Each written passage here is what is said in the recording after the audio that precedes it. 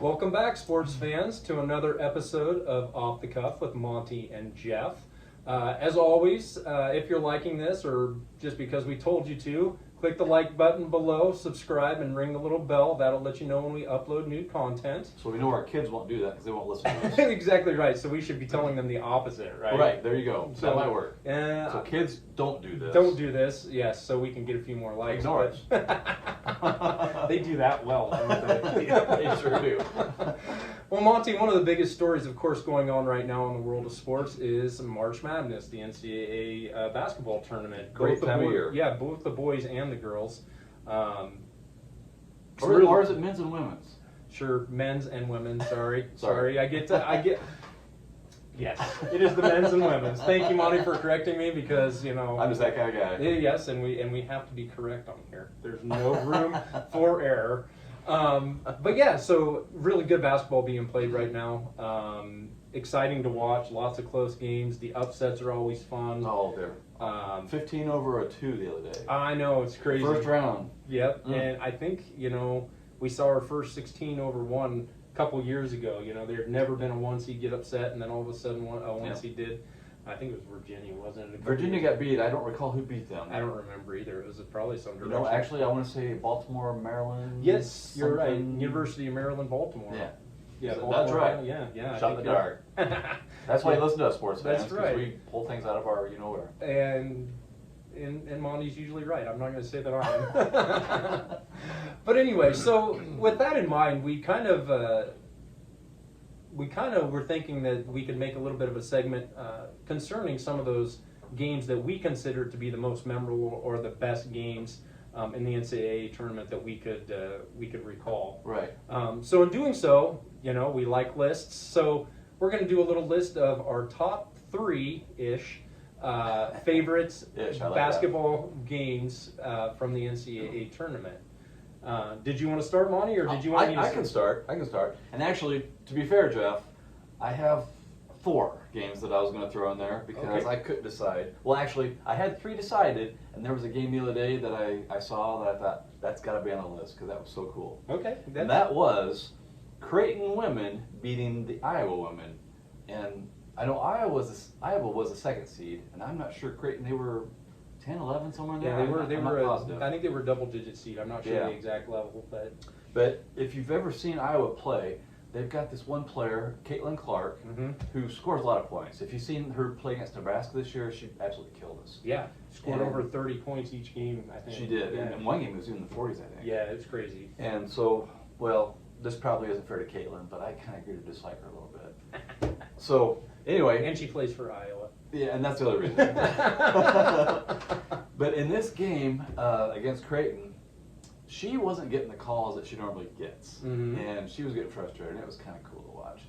And Creighton won by 2, so salute to the Blue Jays. There you go. I'm not usually a Creighton fan, but you got to be a little bit proud of the home state team taking down the number 2 seed. So they looked great. Yep, that's fantastic. And I don't know this for sure, again, off the cuff, but I think that one of the gals that plays for Creighton was an Iowa Hawkeye basketball player. Yes, for a while. I did hear that too, and I don't know her name. Yeah, I can't think of her name either. But well, what I was told about her is that she was on Iowa's team last year, and she was begging the coach to play her, and they didn't, so she transferred, and she ended up having a pretty good season for Creighton this year. Yeah. So I wish I had her name. One of those redemption stories. That's pretty cool. Indeed. That's pretty cool. So you've got... Yeah, and actually since Monty had an extra one on there, I actually have 2 honorable mention games, and I'm just going to go through them real quick. 1995, UCLA beats Missouri on a last-second play where Tyus Edney gets the ball, dribbles the whole length of the court, splits the defense, makes a wild layup shot. It wasn't an easy shot by any stretch. Beats them at the buzzer. They win by 1. My other... now it's escaping me again off the cuff. Oh no, I recall now. NC State in Houston, which I think that might be part of Monty's. NC State in Houston, I believe in 1983. And that is correct. Yep. And so we'll talk about that one in a little bit. Okay. So then my number 3 then, and this is going back to, let's see, did I put a year on it? Yes, 1991. It was Duke over UNLV, and I do have to tell you folks that even though I picked Duke, I'm not a Duke fan, don't hate Duke, but I'm not a Duke fan.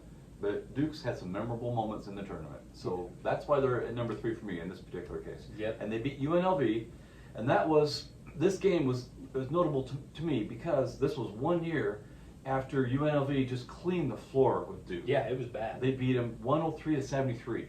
Wow. That's how bad they beat them. And then UNLV, the following year, was undefeated. Yep. And these guys played in the Final Four. It wasn't the championship game. No, it was the first game of the Final Four. Yeah, semifinals. And UNLV was still undefeated, going for 2 in a row, and two in a row. I mean, they weren't undefeated the year before, but they were going for an undefeated championship season. And Duke ended that. I don't remember the score. I don't remember. It wasn't like It was pretty close. I think. It was a close game, but I do remember that game. Actually, I watched that one live. It was huge. That nobody thought Duke would beat them. No, there did. I remember going into that thinking nobody was gonna beat UNLV, much less Duke, and then here comes Duke and upsets them in the semis. So I think that's a great pick.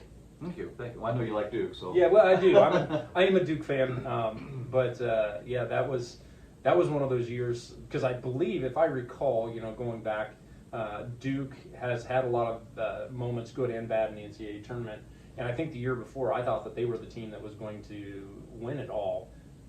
Again, and then UNLV thumped them. And then the next year, I thought they had no chance, and they turned around and won. So that's pretty cool. You just never know in this tournament. You do not. You never know. No, you sure do not. My number 3 is actually a first-round game from 1998, I believe. It involved Bryce Drew and the big college of Valparaiso University. They were playing Ole Miss in the first-round game, and I believe Ole Miss was a 3 seed and Valparaiso was a 14 seed, if I recall. Valparaiso was down by 2, came down the court. Bryce Drew missed a probably 8-foot shot. They were already down by 2. They fouled. It was a 2-shot bonus. Ole Miss went down to the other end of the court. There was like 4 seconds left. Other end of the court, missed both free throws. Ball went out of bounds. So there was maybe 3 seconds, 2 seconds, 2.5, something like that. Threw a full-length court pass. Kid caught it, flipped it back to Bryce Drew coming down, canned a 3.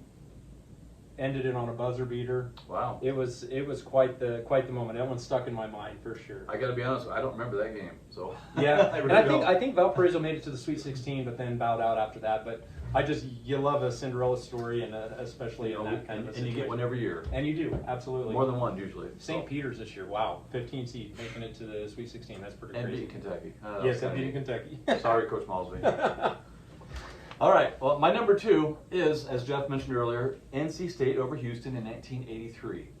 And, I didn't really have a dog in the race there. I didn't really care who won that game. But what was cool is how they won it, which was Lorenzo Charles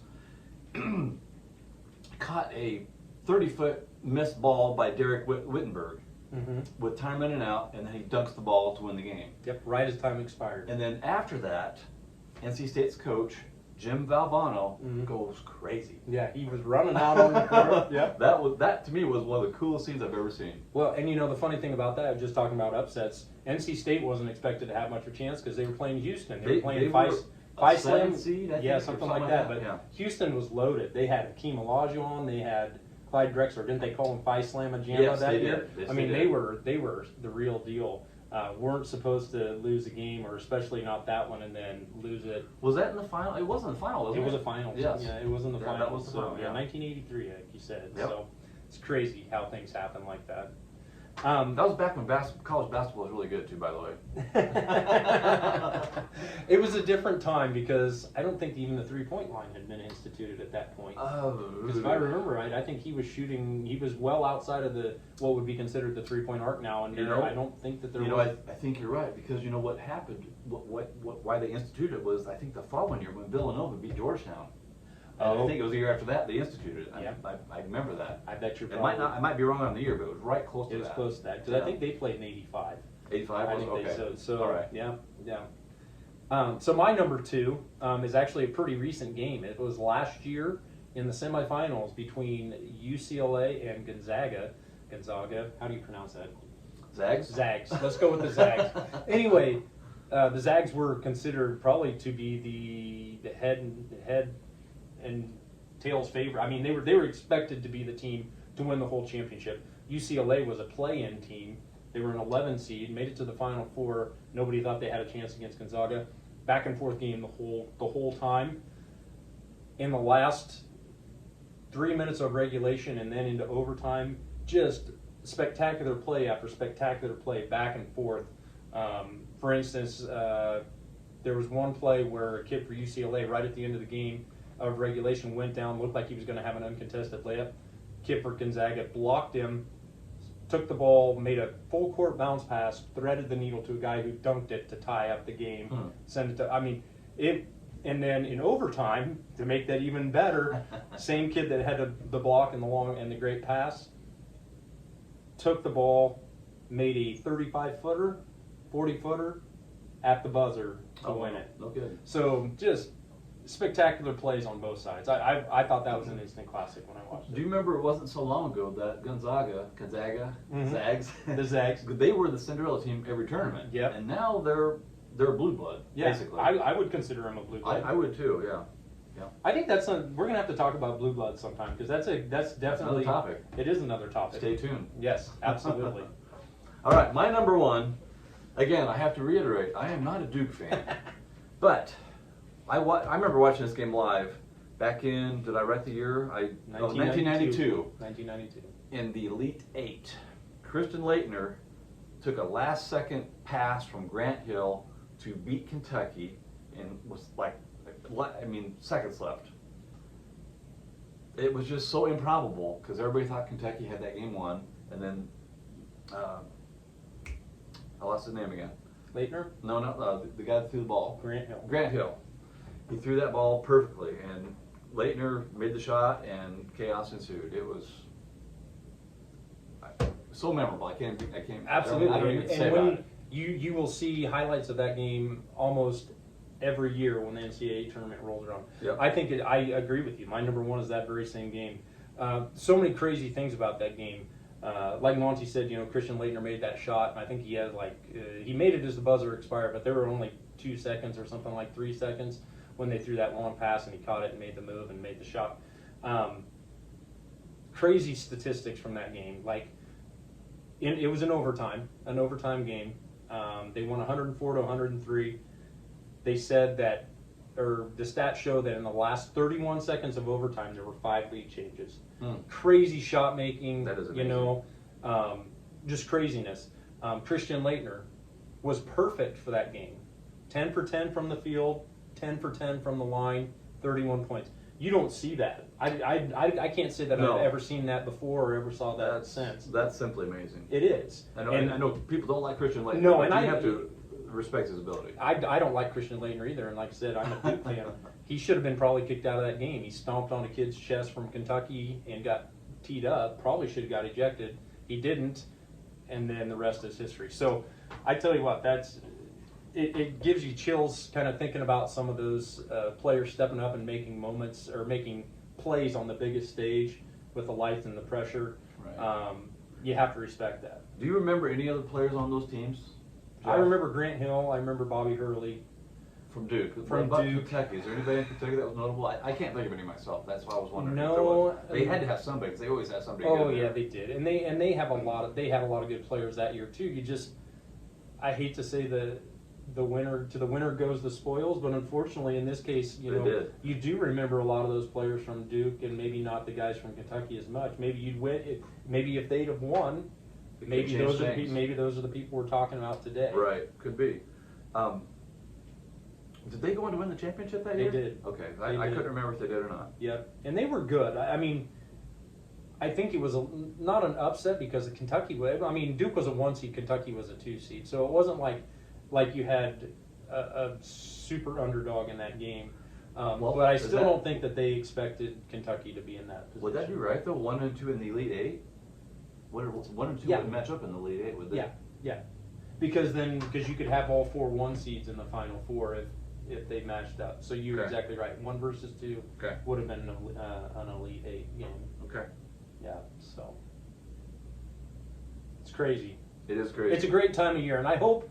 I don't know how many of you are involved with pools, NCAA pools. I heard Mike Rody's got a good one. I think he does. I think he does. But you know, the funny thing is about those pools, they keep you involved. You know, they do. know, even those first round games. I love those first round games just because. That first Thursday is the It's crazy. Thursday and Friday. Yeah, there's you know, I remember. You know, I don't want my mom watching this, but I remember that we didn't necessarily go to classes in college. We'd stay home and we'd watch those first 2 days of school. Too. Oh, that was some of the best times. But NCAA Tournament March Madness is a real deal. I hope you all are enjoying it. I don't really have anything else that I need to throw at your way. That's all I've got, sports fans. We would love to hear what you guys think some of the best games of the NCAA Tournament have been. Because there are so many of them, and I'm sure we've missed them. So go ahead and comment below and let us know what we've missed. Another bonus game. Iowa man losing this year in the second round. No, first round. Was it first round? First round. Okay, Richmond beat them in the That's first right. round, and that was after coming off of That's a the double Big upset. Ten championship game win. Yes, it was. You know, that's the thing. Like Monty said, you get to this time of the year, you never know. You never know. You never know. So, anyway, thanks for spending an evening with us. We hope you've enjoyed this little segment, and I guess this is Jeff signing off. And Monty signing off. See you, folks.